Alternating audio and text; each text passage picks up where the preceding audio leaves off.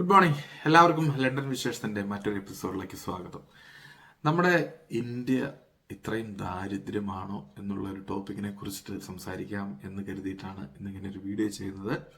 മറ്റൊന്നുമല്ല, ഇന്നലെ എൻ്റെ ഒരു കൊളീഗ്, ഞാനിപ്പോൾ UK-ലാണുള്ളത്, കേംബ്രിഡ്ജ് ഷെയറിലാണുള്ളത് എന്നുള്ള കാര്യം എല്ലാവർക്കും അറിയാം. അപ്പോൾ നമ്മുടെ ലണ്ടൻ വിശേഷങ്ങളിൽ ചർച്ച ചെയ്യുന്ന കാര്യങ്ങളും ഇതുപോലെയൊക്കെയുള്ള UK റിലേറ്റഡ് ആയിട്ടുള്ള കാര്യങ്ങളാണ്. ഒരു കൊളീഗ് ഇന്നലെ അവിചാരിതമായിട്ട് സംസാരത്തിന്റെ ഇടയിൽ പറഞ്ഞൊരു ഡയലോഗാണ്, നിങ്ങളുടെ ഇന്ത്യ ഇത്ര ദാരിദ്ര്യമാണോ എന്നങ്ങനെ ചോദിച്ചു. അപ്പോൾ ശരിക്കും റേസിസമാണോ, റേസിസ്റ്റ് ടൈപ്പ് ഉള്ള ഒരു ചോദ്യമാണോ എന്ന് എനിക്കിങ്ങനെ ആദ്യം തോന്നിയെങ്കിലും ഞാൻ പറഞ്ഞു യെസ്, ഞങ്ങൾ പൂറാണ് എന്ന് എനിക്ക് അന്നേരം തോന്നിയ ഒരു മറുപടി ഞാൻ നൽകി. പിന്നീട് ഞാനിങ്ങനെ വീട്ടിൽ വന്നിരുന്ന് ഇങ്ങനെ ആലോചിച്ചപ്പോൾ ഈ ഇമിഗ്രേഷൻ്റെ പ്രൊട്ടസ്റ്റും അതുപോലെ തന്നെ ഇന്നലെ ഇവിടുത്തെ ഒരു പുതിയ ഒരു പാർട്ടിയുടെ ഒരു നേതാവ് പറഞ്ഞ കാര്യങ്ങളൊക്കെ വെച്ചിട്ടുള്ള ഒരു സംസാരത്തിൻ്റെ ഇടയിലാണ് ഇങ്ങനെ ഒരു ടോപ്പിക് വന്നത് കേട്ടോ. പക്ഷേ അത് കേട്ടപ്പോൾ എനിക്ക് തോന്നി, നമ്മുടെ രാജ്യം ദാരിദ്ര്യ രാജ്യമാണോ എന്നുള്ള കാര്യം. അപ്പോൾ ശരിക്കും അതിനെക്കുറിച്ച് നമ്മൾ അവഗാഹമായിട്ട് നമ്മളൊന്ന് ചർച്ച ചെയ്യേണ്ടതായിട്ടുള്ള ഒരു ടോപ്പിക്കാണെന്ന് എനിക്ക് തോന്നി. അതിനാലാണ് ഞാൻ ഇന്നിപ്പോൾ ഒരു വീഡിയോ ചെയ്യാനായിട്ടുള്ള കാരണം. ശരിക്കും അല്ലേ, നമ്മുടെ ആ ഒരു ടോപ്പിക്കിനെ കുറിച്ച് സംസാരിക്കുമ്പോൾ ഭാരതം എന്നൊക്കെ കേട്ടാൽ അഭിമാനപൂരിതമാകണം അന്തരംഗം എന്നൊക്കെ നമ്മൾ ചെറുപ്പത്തിൽ പഠിച്ചുവെങ്കിലും അതിനെക്കുറിച്ച് പറയുമ്പോൾ നമുക്ക് സങ്കടം വരുന്നു, കണ്ണു നിറയുന്നു. നമ്മൾ പട്ടിണി രാജ്യമല്ലേ എന്നും അതിൽ നിന്ന് ഒരു മുക്തി നമുക്ക് നേടിയിട്ടില്ല. കാരണം ലോകമെമ്പാടും ഇപ്പോൾ ആന്റി ഇമിഗ്രേഷൻ പ്രൊട്ടസ്റ്റ് നടന്നുകൊണ്ടിരിക്കുകയാണ്. കാനഡയിൽ സമരം, അമേരിക്കയിൽ സമരം, ട്രംപ് മുതലാളി അങ്ങനെ സമരം ചെയ്യുന്നു.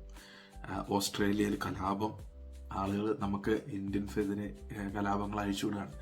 പിന്നീടുള്ള ഒരു സംഭവം എന്ന് പറഞ്ഞാൽ ഇപ്പോൾ ഇവിടെ UK പോലും ഇമിഗ്രേഷൻ എതിരെ ഭയങ്കരമായിട്ട് കലാപം നടത്തുന്നു. ഇമിഗ്രേഷൻ അങ്ങനെയാക്കും ഇങ്ങനെയാക്കും. ഇതെല്ലാം ഇന്ത്യക്കാർക്കെതിരെ അല്ല, ടോട്ടൽ ഇമിഗ്രേഷനെതിരെയാണ് പറയുന്നതെങ്കിലും ആസ് എ ഇമിഗ്രൻ്റ് എന്നുള്ള രീതിയിൽ ഞാനിങ്ങനെ ചിന്തിക്കുമ്പോൾ നമ്മളൊക്കെ ശരിക്കും ദാരിദ്ര്യ രാജ്യത്ത് തന്നെയാണ് ഇപ്പോഴും. നമ്മൾ 5ാം ലോക ശക്തിയായി എന്നൊക്കെ ഘോരം അവകാശപ്പെടാമെങ്കിലും പക്ഷേ നമ്മളിപ്പോഴും നമ്മളിപ്പോഴും പുറകിലാണ്. അത് നമ്മൾക്ക് സമ്മതിക്കാതിരിക്കാൻ കൂടാ. കാരണം അതിനുശേഷം ആ ജോലിയൊക്കെ കഴിഞ്ഞ് ഞാൻ ഇന്നലെ എൻ്റെ സുഹൃത്തുക്കളോട്, ഇവിടെ വീടിൻ്റെ അടുത്തുള്ള സുഹൃത്തുക്കളോട് സംസാരിക്കുമ്പോൾ ഇവിടെ വന്നൊരു നേഴ്സ്, അദ്ദേഹം എന്നോട് പറഞ്ഞു, സിബി, നമ്മളിപ്പോഴും ദാരിദ്ര്യ രാജ്യം തന്നെയാണ്. നമ്മൾ ദരിദ്രരായതുകൊണ്ടാണ് നമ്മളൊക്കെ ഇന്നിപ്പോഴും ഈ ഒരു വേറൊരു രാജ്യത്ത് വന്നിട്ട് നമ്മൾ ജീവിക്കേണ്ടതും ജോലി ചെയ്യേണ്ടതും ആയിട്ടുള്ളത് എന്ന് പറഞ്ഞു. അപ്പൊ നിങ്ങൾക്ക് നിങ്ങളുടേതായിട്ടുള്ള കാഴ്ചപ്പാടിൽ നിങ്ങൾക്ക് തോന്നുന്ന കാര്യങ്ങൾ, നമ്മുടെ ഭാരതത്തെക്കുറിച്ച് നിങ്ങൾക്ക്, അല്ലെങ്കിൽ നമ്മുടെ ഇന്ത്യയെക്കുറിച്ച് നിങ്ങൾക്ക് തോന്നുന്ന കാര്യങ്ങൾ, നമ്മളിപ്പോഴും പൂവറാണോ എന്നുള്ളതിനെ കുറിച്ച് നിങ്ങൾ കമൻ്റായിട്ട് രേഖപ്പെടുത്തണം. ഇനി ഞാൻ ഈ ഇമിഗ്രേഷൻ കാര്യങ്ങളെ കുറിച്ചിട്ടുള്ള, അല്ലെങ്കിൽ ആന്റി ഇമിഗ്രേഷനെ കുറിച്ചിട്ടുള്ള, അല്ലെങ്കിൽ നമ്മുടെ ഇന്ത്യയിൽ നിന്ന് എന്തുകൊണ്ട് അധികം ജനങ്ങൾ പുറത്തേക്ക് പലായനം ചെയ്യുന്നു എന്നുള്ളതിനെ കുറിച്ചിട്ടൊക്കെ എൻ്റേതായിട്ടുള്ള കുറച്ച് കാര്യങ്ങൾ ഞാൻ വിശദീകരിക്കാം. ലോകം മുഴുവൻ നമ്മൾ ആന്റി ഇമിഗ്രേഷനെ കുറിച്ചിട്ടുള്ള പ്രൊട്ടസ്റ്റുകളെ കുറിച്ച് പറയുമ്പോൾ ഞങ്ങളുടെ പെരുമ്പാവൂര് ബംഗാളികളാൽ അതിപ്രസരമാണെന്ന് പറഞ്ഞ് പല യൂട്യൂബേഴ്സും വീഡിയോ ഇടുന്നുണ്ട്. നമ്മളൊന്ന് ചുമ്മാ ഒന്ന് ചിന്തിക്കണം. ബംഗാളികൾ എന്ന് പറയുന്ന, അല്ലെങ്കിൽ ആസാം, ബംഗാൾ, അങ്ങനെ ഉത്തർപ്രദേശിൽ നിന്ന്, അങ്ങനെ പല സംസ്ഥാനങ്ങളിൽ നിന്നും കേരളത്തിൽ ജോലിക്കായിട്ട് വരുന്ന മൈഗ്രൻസ്, അവർ നമ്മുടെ രാജ്യത്തിലുള്ളവർ തന്നെയാണ്. ആ രാജ്യത്തുള്ളവർ തന്നെ വന്നിട്ട് വേറൊരു സംസ്കാരത്തിലാണ് അവർ ജീവിക്കുന്നത്. അവർ കേരളത്തിലെ സംസ്കാരത്തിലേക്ക് വന്ന് ഇടപഴകാനായിട്ട് ശ്രമിക്കുമ്പോൾ നമ്മൾ മലയാളികൾക്ക് നമുക്കത് ഉൾക്കൊള്ളാനായിട്ട് സാധിക്കുന്നില്ല. ബസ്സിൽ അവർ നമ്മുടെ അടുത്തിരുന്ന് യാത്ര ചെയ്യാനായിട്ട് സമയത്ത് നമുക്ക് വൃത്തിഹീനത ഫീൽ ചെയ്യുന്നു. അവർ മുറുക്കി തുപ്പുമ്പോൾ നമുക്ക് വൃത്തിഹീനത ഫീൽ ചെയ്യുന്നു. ഇതൊക്കെ നമ്മൾ എന്നിട്ട് ഇൻസ്റ്റഗ്രാമും റീലുകളും വഴി അവർക്കെതിരെ, അവരിവിടെ മെജോറിറ്റി ആയിക്കഴിഞ്ഞാൽ നമ്മുടെ എല്ലാം എടുത്തുകൊണ്ട് പോകും എന്നുള്ള ഭീതിയൊക്കെ നമുക്കുണ്ട്. മോഷണങ്ങൾ വരുമോ എന്നുള്ള ഭീതിയൊക്കെ ഉണ്ട്. ഒക്കെ അവർ ഇന്ത്യക്കാർ തന്നെയാണ്, അവർ ഇന്ത്യൻ പാസ്പോർട്ട് ഉള്ളവരാണ്, അല്ലെങ്കിൽ ഇന്ത്യയിലെ ഐഡന്റിറ്റി കാർഡ് ഉള്ളവരാണ്. അപ്പോൾ ആ ഒരു ബംഗാളിയോട് ഉള്ള സമീപനം, മലയാളികൾക്കുള്ള സമീപനം എത്രത്തോളം ആയിരിക്കും എന്ന് നിങ്ങളൊന്ന് ചിന്തിച്ചു നോക്കുക. ആരെങ്കിലും മകളെ കെട്ടിച്ചു കൊടുക്കൂ? ഏതെങ്കിലും ബംഗാളികൾക്ക് ഏതെങ്കിലും മകളെ കെട്ടിച്ചു കൊടുക്കുവോ? ഇല്ല. എനിക്ക് തോന്നണില്ല ചെയ്യുന്നു. അപ്പോൾ അവർക്ക് നമ്മുടെ സ്കൂളിലെ വിദ്യാഭ്യാസത്തിന് അവർ നമ്മുടെ കുട്ടികളുടെ കൂടെ അവരുടെ കുട്ടികളെ ഇരുത്തി പഠിപ്പിക്കാനായിട്ട് ചിലപ്പോൾ ചുരുക്കം 100-ൽ ചിലപ്പോൾ ഒരു 10 കുട്ടികളെ പഠിപ്പിക്കാനായിട്ട് വിടുന്നുണ്ടാവുമായിരിക്കും. പക്ഷെ പറ്റുന്നുണ്ടോ എന്നൊക്കെ നമ്മളൊന്ന് സ്വയം ആയിട്ടൊന്ന് ചിന്തിക്കുക. എന്നതിന് ശേഷം നമുക്ക് വിദേശ രാജ്യങ്ങളിൽ കിട്ടുന്ന പ്രിവിലേജുകൾ, അടിസ്ഥാന സൗകര്യങ്ങൾ, അല്ലെങ്കിൽ പറയണം നമ്മുടെ മക്കൾക്ക് അവരുടെ കൂട്ടത്തിലിരുന്ന് പഠിക്കാനുള്ള അവസരങ്ങൾ, അവര് ഒരു കാലത്ത് എന്തൊക്കെയായിരുന്നു എന്നൊന്നും നമുക്കറിയില്ല. പക്ഷേ ഇതെല്ലാം നമ്മുടെ കുട്ടികൾക്കും നമുക്കും ലഭിക്കുന്നുണ്ടോ എന്ന് നമ്മളൊന്ന് ചിന്തിക്കുക. എന്നതിന് ശേഷം നമ്മൾ ഈ ആന്റി ഇമിഗ്രേഷൻ പ്രൊട്ടസ്റ്റുകൾ വേണോ വേണ്ടോ എന്നൊക്കെ ഒന്ന് ചിന്തിക്കുക. എന്നിട്ട് നിങ്ങൾ കമന്റുകൾ രാജ്യത്തിനും അവരുടേതായിട്ടുള്ള കുറെ നിയമങ്ങളും നിയമ സംഹിതകളും അവിടുത്തെ പൗരന്മാർക്കുള്ള റൈറ്റ്സും ഹ്യൂമൻ റൈറ്റ്സും ഉണ്ട്. അപ്പോൾ നമ്മുടെ രാജ്യത്ത് മറ്റുള്ളവരുടെ ഹ്യൂമൻ റൈറ്റ്സിൽ എന്ന് വെച്ചാൽ എൻ്റെ അയൽക്കാരൻ്റെ വീട്ടിലേക്ക്, അല്ലെങ്കിൽ എൻ്റെ ഭാര്യയ്ക്ക്, അല്ലെങ്കിൽ ഭാര്യയുടെ ജീവിതത്തിലേക്ക്, അല്ലെങ്കിൽ ഭർത്താവിൻ്റെ ജീവിതത്തിലേക്ക്, അല്ലെങ്കിൽ ചേട്ടന്മാരുടെ ജീവിതത്തിലേക്ക്, അല്ലെങ്കിൽ അയൽക്കാരൻ്റെ ജീവിതത്തിലേക്കൊക്കെ കടന്നു കയറാനുള്ള സ്വാതന്ത്ര്യം നമ്മുടെ ഇന്ത്യ എന്ന് പറഞ്ഞ രാജ്യത്ത് അതിഭയങ്കരമായിട്ടുണ്ട്. അവരുടെ മതങ്ങളോ അവരുടെ രാഷ്ട്രീയമോ അവരുടെ ഇതെല്ലാം നമുക്ക് കടന്നുകയറ്റം കൂടുതലാണ് നമ്മുടെ നാട്ടിൽ. പക്ഷേ ഈ വിദേശ രാജ്യങ്ങളിൽ നമ്മൾ എത്തിക്കഴിഞ്ഞു കഴിഞ്ഞാൽ നമ്മുടെ മതം അവരിലേക്ക് അടിച്ചേൽപ്പിക്കാനോ, നമ്മുടെ രാഷ്ട്രീയം അവരിലേക്ക് അടിച്ചേൽപ്പിക്കാനോ, അല്ലെങ്കിൽ നമ്മുടെ ജാതി, അല്ലെങ്കിൽ ഇതൊന്നും നമുക്ക് ഇതെല്ലാം കഴിഞ്ഞ് ഇതെല്ലാം വേണ്ട എന്ന് വിചാരിക്കുന്ന ഒരു സമൂഹം. ഇവിടുത്തെ പള്ളികളൊക്കെ പല പള്ളികളും ബാറുകളാക്കി മാറിയ സാഹചര്യങ്ങളാണ് ഇവിടുത്തെ ഉള്ളത്.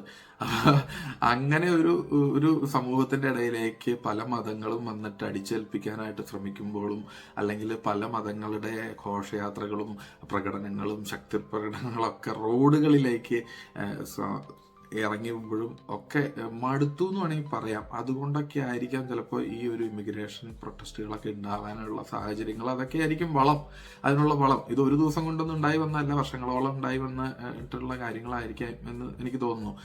അപ്പോൾ ഇതിനെതിരെ എല്ലാത്തിനും എതിരെ വരുന്ന കാര്യം എന്ന് വെച്ച് കഴിഞ്ഞാൽ ഇവരുടെയൊക്കെ പ്രകടനത്തിൽ ഗോ ബാക്ക് ടു ഇന്ത്യ എന്ന് പറഞ്ഞിട്ട് ഇന്ത്യ എന്ന് പറഞ്ഞൊരു സംഭവം ഇതിൻ്റെ അകത്ത് മുൻപന്തിയിലേക്ക് വരുന്നുണ്ട്. എന്തുകൊണ്ടാണ് ഇന്ത്യ ഇത്ര മുൻപന്തിയിലേക്ക് വരാൻ, ഇന്ത്യ ജനങ്ങൾ അല്ലെങ്കിൽ ഇന്ത്യക്കാർക്കെതിരെ വംശീയ അധിക്ഷേപം എന്നൊക്കെ പറഞ്ഞിട്ട് വരാൻ കാരണം എന്ന് പറഞ്ഞു കഴിഞ്ഞാൽ ഏറ്റവും കൂടുതൽ ഇമിഗ്രൻസ് ആയിട്ട് വരുന്നത് ഇന്ത്യക്കാരായിട്ടുള്ളത് കൊണ്ട് തന്നെയാണ്. പിന്നീട് നമ്മുടെ ഇന്ത്യക്കാരുടെ സംസ്കാരം ഇവർക്ക് വിദേശികൾക്ക് അത്ര സുഖിക്കുന്ന ഒരു സംസ്കാരമല്ല. ഫോർ എക്സാമ്പിൾ പറഞ്ഞു കഴിഞ്ഞാൽ ഞാൻ എൻ്റെ വീട്ടിൽ ബിരിയാണി ഉണ്ടാക്കും. ഈ ബിരിയാണി ഉണ്ടാക്കുന്ന ആ സ്പൈസി മസാലയുടെ മണം എൻ്റെ ഷർട്ടിലുണ്ടാവും, അല്ലെങ്കിൽ എൻ്റെ മുടിയിലുണ്ടാവും. ഞാനതൊരു കാറിലോട്ട് കയറി കഴിയുമ്പോൾ ആ കാറിലിരിക്കുന്ന വ്യക്തിക്ക്, അല്ലെങ്കിൽ ആ കാറിൽ ഡ്രൈവ് ചെയ്യുന്ന ഇംഗ്ലീഷുകാരന് ആ സ്മെല്ല് ഇഷ്ടമുണ്ടാവില്ല. അപ്പോൾ അത് ഒരു കൾച്ചറൽ ഡിഫറൻസ് തന്നെയാണ്. നമുക്ക് എങ്ങനെ അതിനെ കുറയ്ക്കാം എന്നുള്ളത് നമ്മൾ ചിന്തിക്കുക എന്നുള്ളതാണ് ചെയ്യേണ്ടത്. നമുക്ക് ബിരിയാണി തിന്നാണ്ടിരിക്കാൻ പറ്റില്ല, അവർക്ക് പക്ഷേ അവർ ടാക്സി ഓടിക്കാണ്ടിരിക്കാനും പറ്റില്ല. അപ്പോൾ അങ്ങനെയുള്ള ഓരോ കാര്യങ്ങളിലും വ്യത്യാസമുണ്ട്. രാവിലെ നേരത്തെ എണീറ്റ് ജോലിക്ക് പോയി വൈകുന്നേരം നേരത്തെ വന്ന് 9 മണിയാകുമ്പോഴേക്കും കിടന്നിറങ്ങുന്ന ഒരു സംസ്കാരമാണ് ഇവർക്ക്. നമ്മൾ രാത്രി 12 മണി 1 മണി ആയി കഴിഞ്ഞാലും നമ്മൾ ഒച്ചപ്പാടും ബഹളമായിട്ട് നമ്മൾ വീട്ടിലിരിക്കും, വന്നിട്ട് രാവിലെ വൈകി എണീക്കുന്ന ഒരു സംസ്കാരമാണ് നമുക്ക്. അപ്പോൾ ഓരോന്നിനും ഓരോ വ്യത്യാസങ്ങളുണ്ട്. അപ്പോൾ അതിന് ഉൾക്കൊള്ളാൻ പറ്റാണ്ട് വരുമ്പോൾ അവിടെ ഒരു അഭിപ്രായ വ്യത്യാസങ്ങളും ഇഷ്ടക്കേടുകളും ഉണ്ട്. പക്ഷേ ഈ ഇഷ്ടക്കേടുകൾ അവർക്ക് നിയമത്താൽ ഭയങ്കരമായിട്ട് പ്രൊട്ടക്റ്റഡ് ആണ് നിയമത്താൽ. അതുകൊണ്ട് മറ്റൊരുത്തിന്റെ ജീവിതത്തിലേക്ക് ഇവിടെ കടന്നു കയറാൻ പറ്റില്ല. അയൽക്കാരൻ ഒച്ച ഉണ്ടാക്കിയാലും അയൽക്കാരനോട് അവർ ദേഷ്യപ്പെടില്ല, അവർ കൗൺസിലിൽ പരാതി നൽകുകയുള്ളൂ. അപ്പോൾ അങ്ങനെയൊക്കെയുള്ള പരാതികൾ നൽകി അവസാനം സഹികെട്ടിട്ടൊക്കെ ആയിരിക്കും ഇപ്പോൾ ഈ പ്രൊട്ടസ്റ്റും കാര്യങ്ങളൊക്കെ വരുന്നത്. അപ്പോൾ നമ്മൾ കടന്നു ചെല്ലുന്ന സമൂഹത്തിന്റെ സംസ്കാരത്തിനെ നമുക്ക് ഉൾക്കൊള്ളാൻ പറ്റാതെ വരുമ്പോഴാണ് ഈ പ്രശ്നങ്ങളൊക്കെ ഉണ്ടാകുന്നത്.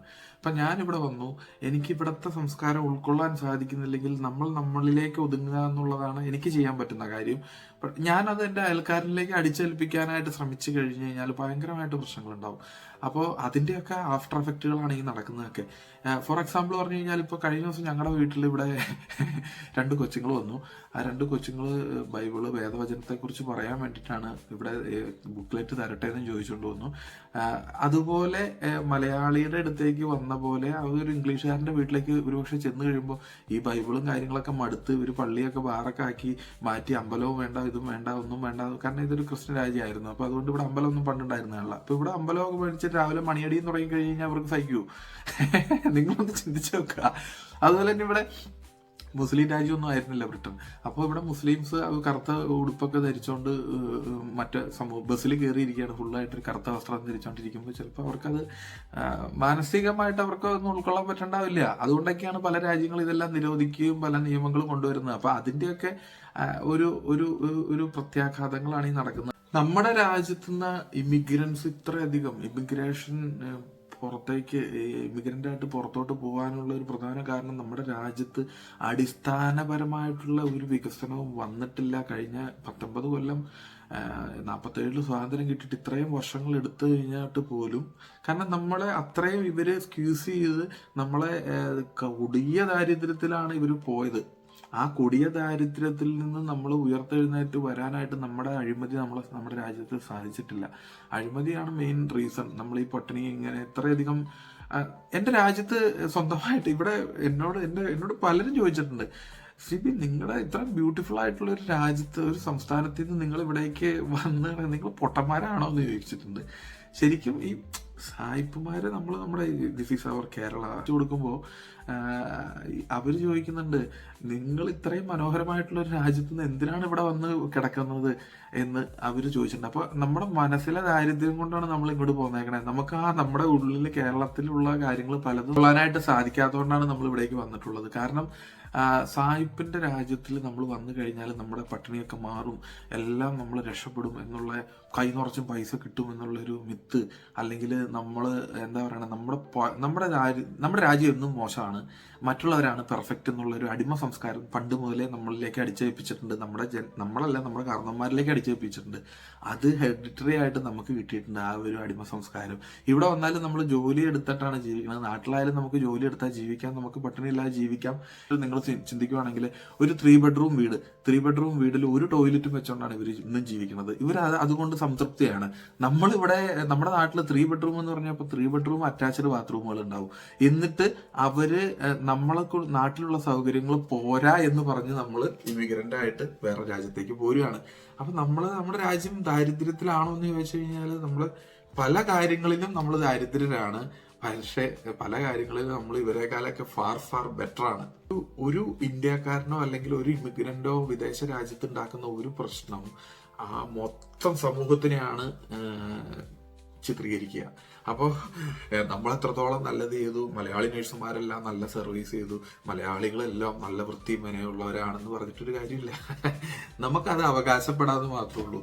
ഒരു നിയമം വരുമ്പോൾ മൊത്തത്തിലായിരിക്കും ഇന്ത്യൻ അല്ലെങ്കിൽ ഇന്ത്യയിൽ നിന്ന് വരുന്ന അല്ലെങ്കിൽ ഹിന്ദുസ്ഥാൻ ഇവരുടെ കാഴ്ചപ്പാടല്ലേ. ഞാൻ മറ്റും മനസ്സിലാക്കിയ ഒരു കാര്യം എന്ന് പറഞ്ഞു കഴിഞ്ഞാൽ പാകിസ്ഥാൻ ഒരു രാജ്യമാണ്, ബംഗ്ലാദേശ് ഒരു രാജ്യമാണ്, അല്ലെങ്കിൽ ശ്രീലങ്ക വേറെ ഒരു രാജ്യമാണ്. ഇവര് പണ്ട് നമ്മളെ അടിമകളാക്കി വെച്ചുകൊണ്ടിരുന്നത് ഹിന്ദുസ്ഥാൻ എന്ന് പറഞ്ഞാൽ വലിയൊരു രാജ്യത്തെ മൊത്തത്തിലാണല്ലോ. ആ ഒരു മൊത്തം എന്നുള്ളൊരു കൺസിഡറേഷനാണ്. ലൈക്ക് ഓൾ ഏഷ്യൻസ് എല്ലാം ഇങ്ങനെയാണ്. ആ ഒരു മെന്റാലിറ്റിയാണ് ഇവർക്ക്. ശരി, നമ്മളൊരു രാജ്യത്ത് നമ്മൾ വരുന്നു, നമുക്കിടെ കുറെ കൾച്ചറുകളും പിടിച്ചോണ്ട് വരുന്നു. ആ കൾച്ചറുകൾ മുഴുവൻ നമ്മളിവിടെ ഇപ്പോൾ പ്ലിമൗത്ത് എന്ന് പറഞ്ഞ സ്ഥലത്തുള്ള ഒരു സുഹൃത്ത് തന്നെ ഒരു ദിവസം വിളിച്ചു. അദ്ദേഹത്തിനോട് സംസാരിച്ച് പറഞ്ഞു, എടാ സിബി ഞങ്ങൾ ഇവിടെ സ്വന്തമായിട്ടൊരു പള്ളി വാങ്ങി. നിങ്ങളൊന്ന് ആലോചിച്ച് നോക്കുക, ഇവിടത്തെ സായിപ്പന്മാർക്ക് വേണ്ടാണ്ട് കിടന്ന ഒരു പള്ളി, അത് നശിച്ച് നാറാണക്കല്ല് പിടിച്ച ഒരു പള്ളി നമ്മൾ സ്വന്തമായിട്ട് മേടിച്ച് അവിടെ മാസം കാര്യങ്ങളൊക്കെ ആക്കിയിട്ട് മണിയടിയും അതുപോലെ തന്നെ ഈ പറഞ്ഞ പോലെ പ്രദക്ഷിണങ്ങൾ, റോട്ടിക്കട ഇറങ്ങി റോഡ് ബ്ലോക്കും ഇതൊന്നും ഇവർക്ക് താല്പര്യമില്ലാത്തതുകൊണ്ടാണ് ഇവരിതെല്ലാം നിർത്തിയത്. അപ്പോൾ നമുക്ക് അതിനെല്ലാം ഉള്ള അവസരങ്ങൾ ഇവർ അനുവദിച്ച് നൽകുന്നുണ്ട്, നിയമങ്ങൾ നൽകുന്നുണ്ട്, പ്രൊട്ടക്ഷൻ നൽകുന്നുണ്ട്. എന്നിട്ടും നമ്മൾ ഇവരുടെ മേളിൽ കയറി നിന്ന് ചൊറിഞ്ഞു കഴിഞ്ഞാൽ ഇവര് സമരം ചെയ്യില്ലേ? അപ്പൊ നമുക്ക് നമ്മുടെ രാജ്യത്ത് ഇതെല്ലാം പറ്റും. അപ്പൊ നമ്മൾ ഇതെല്ലാം വേണമെന്നുള്ളത് നമ്മുടെ നാട്ടിൽ ഇരുന്ന് ഒതുങ്ങി കൂടിയാൽ മതി. നമ്മൾ ഇവിടേക്ക് വന്നിട്ട് പൊതുജനത്തിനും സമൂഹത്തിനും ഇതായിട്ടുണ്ടാക്കിയപ്പോൾ നിങ്ങൾക്ക് ഇപ്പൊ നമ്മളിവിടെ ഓണാഘോഷ പരിപാടി നടത്തിയിട്ടോ, അടിപൊളിയായിട്ട് ഒരു ഇൻഡോർ ഹോളിൽ അടിപൊളി തീപ്പൊരി പരിപാടി നടത്തി അത് മറ്റൊരു സമൂഹത്തിന് ബുദ്ധിമുട്ടുണ്ടാക്കാത്ത രീതിയിൽ ഉണ്ടാക്കിയത്. നിങ്ങളിവിടെ ഗണേശ ചതുർത്ഥി നടത്തിയായിരുന്നു. നിങ്ങൾ അതിന്റെ വീഡിയോ ഒക്കെ കണ്ടു കഴിഞ്ഞാൽ പലരും അതിനെ ഇൻസ്റ്റാഗ്രാമിലൊക്കെ അടിപൊളി വീഡിയോസ് റീൽസ് ഒക്കെ ഇട്ടിട്ടുണ്ട് കേട്ടോ. എന്ന് വെച്ച് കഴിഞ്ഞാൽ ഇതിനെ ക്രിട്ടിസൈസ് ചെയ്യുന്നു, അതുപോലെ തന്നെ അത് ചെയ്ത് മോശമാണെന്ന് പറഞ്ഞ് വെള്ളത്തിൽ കൊണ്ടുവന്നിട്ട് വലിയ സാധനമൊക്കെ കൊണ്ടുവന്ന് കവിഞ്ഞ് നമ്മുടെ നാട്ടിൽ പറ്റും. ഇവിടെ അതൊന്നും ചെയ്യില്ലേ. നമ്മളെ ചെന്ന് നിൽക്കുന്ന സ്ഥലത്തിനെ സ്നേഹിക്കാനും നമ്മൾ ചെന്ന് ജീവിക്കുന്ന സാഹചര്യങ്ങളിൽ നമുക്ക് സംതൃപ്തി കണ്ടെത്താനും സാധിക്കാത്തിടത്തോളം കാലം നമ്മൾ ദരിദ്രരാണ്, മനസ്സിലും ദരിദ്രരാണ്, നമ്മുടെ രാജ്യം കൊണ്ടും നമ്മൾ ദരിദ്രരാണ്, എന്താ പറയുക, നമ്മുടെ ജോലി കൊണ്ടും നമ്മൾ ദരിദ്രരാണ്. എങ്ങനെ നമ്മൾ ഒരു സമൂഹത്തിലെ ഒരു നല്ല വ്യക്തിയാകാം എന്ന് നമ്മൾ ചിന്തിക്കുന്നില്ല. നമ്മുടെ ലോകത്തിനെ മൊത്തത്തിൽ എടുക്കുക, നമ്മൾ ഈ ഇമിഗ്രൻസ് എന്ന് പറഞ്ഞൊരു വിഭാഗം ഉണ്ടല്ലോ ഓരോ രാജ്യങ്ങളിലേക്കും. അപ്പൊ അവരുടെ തലച്ചോറ് നല്ലതായതുകൊണ്ട് അവർ യൂസ് ചെയ്യുമല്ലേ എന്നൊക്കെ നമുക്ക് വേണമെങ്കിൽ വാദിക്കാം. നമ്മൾ ഇന്ത്യക്കാർ ഭയങ്കര പ്രൗഡാണ്, നമ്മളെ ബ്രെയിൻ അടിപൊളിയാണ്, നമ്മൾ ഹാർഡ് വർക്കേഴ്സ് ആണ് എന്നൊക്കെ നമ്മൾ പറയാം. പക്ഷെ നമ്മൾ വേറൊരു രാജ്യത്ത് പോയിട്ട് അവിടെ പണിയെടുക്കുക, അവിടെ നിന്ന് പൈസ ഉണ്ടാക്കാൻ വേണ്ടിയിട്ട് നമ്മൾ അവിടെ ചെല്ലുമ്പോൾ നമ്മൾ സെക്കൻഡ് സിറ്റിസൺ ആണ്. അവരുടെ കാഴ്ചപ്പാടിൽ നമ്മൾ അവർക്ക് കിട്ടുന്ന ആനുകൂല്യങ്ങളൊക്കെ നമ്മൾ തട്ടിപ്പറിച്ചെടുത്തുകൊണ്ട് പോകുന്ന ഒരു ഇമിഗ്രന്റ് ആയിട്ടാണ് അവർ കൺസിഡർ ചെയ്യുന്നത്. നമുക്കിവിടെ എന്ത് പാസ്പോർട്ട് ഉണ്ട്, മറ്റുണ്ട്, മണ്ണാങ്കട്ടുണ്ട് എന്ന് പറഞ്ഞിട്ടും കാര്യമില്ല. ഇപ്പൊ പറഞ്ഞു വന്ന കാര്യങ്ങൾ മറ്റൊന്നുമല്ല. നമ്മളിപ്പോ ഒരു രാജ്യത്തേക്ക് പോവുകയാണ്, നമ്മുടെ സ്വന്തം രാജ്യം വിട്ട് വേറൊരു രാജ്യത്തേക്ക് നമ്മൾ പോകണമെങ്കിൽ നമ്മുടെ രാജ്യത്ത് ഒന്നുകിൽ അരക്ഷിതാവസ്ഥ ഉണ്ടായിരിക്കണം, അല്ലെങ്കിൽ സാമ്പത്തികമായിട്ട് നമുക്ക് ഉന്നതി കിട്ടില്ല എന്നൊരു തോന്നൽ വന്നിട്ടുണ്ടാവണം, അല്ലെങ്കിൽ നമുക്ക് ഉള്ളതിൽ സംതൃപ്തി ഇല്ലാത്തവരായിരിക്കണം. അപ്പൊ നമ്മുടെ രാജ്യം ദാരിദ്ര്യം ആയതുകൊണ്ടാണോ ഈ കാണായ ജനങ്ങൾ മുഴുവൻ പുറത്തേക്ക് പോകുന്നത് എന്നൊരു തോന്നല് പലർക്കും ഉണ്ട്. പല ബ്രിട്ടീഷുകാർക്കും തോന്നുന്നുണ്ട് നിങ്ങൾ നിങ്ങൾ പൂറല്ലേ എന്നുള്ള രീതിയിൽ. അപ്പൊ നമ്മൾ ശരിക്കും പൂറ ആയതുകൊണ്ടായിരിക്കും നമ്മൾ ഈ അന്യരാജ്യത്തേക്ക് നമ്മളെല്ലാവരും പോന്നിട്ടുള്ളത് എന്നുള്ള കാര്യത്തെക്കുറിച്ച് ശരിക്കും ചിന്തിക്കണം. ഇനി ഈ ഇമിഗ്രേഷൻ്റെ ആയിട്ട് പോയിട്ടുള്ള വിദേശികളെല്ലാവരും തിരിച്ചൊരു ദിവസം നാട്ടിലേക്ക് തിരിച്ചു വരൂ? എനിക്ക് തോന്നുന്നില്ല ആരും അങ്ങനെ തിരിച്ചു വരും എന്നൊക്കെ. എന്തെങ്കിലും നിവൃത്തിയുണ്ടെങ്കിൽ ഇവിടെയൊക്കെ തന്നെ പിടിച്ചു, at least you will have A good life എന്ന് പറയും. നമ്മളിപ്പോ ഈ ഇമിഗ്രന്റ് ആയിട്ട് നമ്മളിവിടെ വന്ന് കിടക്കുന്നുണ്ടെങ്കിലും നമുക്ക് നമ്മുടെ നാട്ടിൽ കിട്ടാത്തതിനേക്കാളും കുറച്ചധികം കാര്യങ്ങൾ ഇവിടെ കിട്ടുന്നുണ്ട്. ഒന്ന് സെൽഫ് റെസ്പെക്ട് കിട്ടുന്നുണ്ട്, രണ്ടാമത് നല്ല വൃത്തിയുള്ള റോഡുകൾ കിട്ടുന്നുണ്ട്, നല്ല വൃത്തിയുള്ള ഭക്ഷണം കഴിക്കാനുള്ള അവസരം കിട്ടുന്നുണ്ട്, നല്ല വൃത്തിയുള്ള വേതനം ലഭിക്കുന്നുണ്ട്, വൃത്തിയുള്ള ബസ് സർവീസുകൾ കിട്ടുന്നുണ്ട്, നല്ല വൃത്തിയുള്ള റെയിൽവേ സർവീസുകൾ കിട്ടുന്നുണ്ട്, കൃത്യത ഭയങ്കരമാണ്. അപ്പൊ അങ്ങനെയുള്ള പല സർവീസുകളും നമുക്ക് കിട്ടുന്നതുകൊണ്ടാണ് പല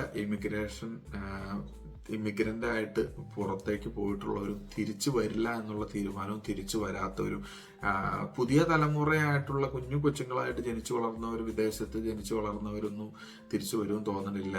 നമ്മുടെ രാജ്യം എത്രത്തോളം 5ാം ലോകശക്തിയോ 6ാം ലോകശക്തിയോ ആയി എന്ന് നമുക്ക് പറയാൻ പറ്റുന്നുണ്ടെന്ന് നമുക്ക് പറയാൻ പറ്റും, നമുക്ക് ഇന്ത്യയിലിരുന്ന് പറയാൻ പറ്റും. പക്ഷെ നമ്മൾ വേറൊരു രാജ്യത്ത് പോയി അവരുടെ സമൂഹത്തിൽ നിന്നുള്ള ആനുകൂല്യങ്ങളും അവിടുത്തെ കാര്യങ്ങളും നമ്മൾ ഏറ്റുവാങ്ങിക്കൊണ്ട് നമുക്ക് നമ്മുടെ രാജ്യം വലുതാന്ന് പറയാനായിട്ട് എനിക്ക് തോന്നണില്ല അത് ഒരു ശരിയായിട്ടുള്ള പ്രവണതയാണെന്ന്. കാരണം നമ്മള് എല്ലാവിധ ശക്തിയാണെങ്കിൽ നമ്മൾ അവിടെ നിന്ന് പുറത്തോട്ട് പോകേണ്ട ആവശ്യമില്ലല്ലോ, നമുക്ക് അവിടെ തന്നെ നിന്നാൽ മതിയല്ലോ.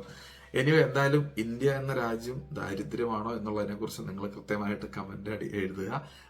എന്തായാലും മറ്റൊരു വിശേഷമായിട്ട് വീണ്ടും കാണാതെ എല്ലാവരോടും ബൈ.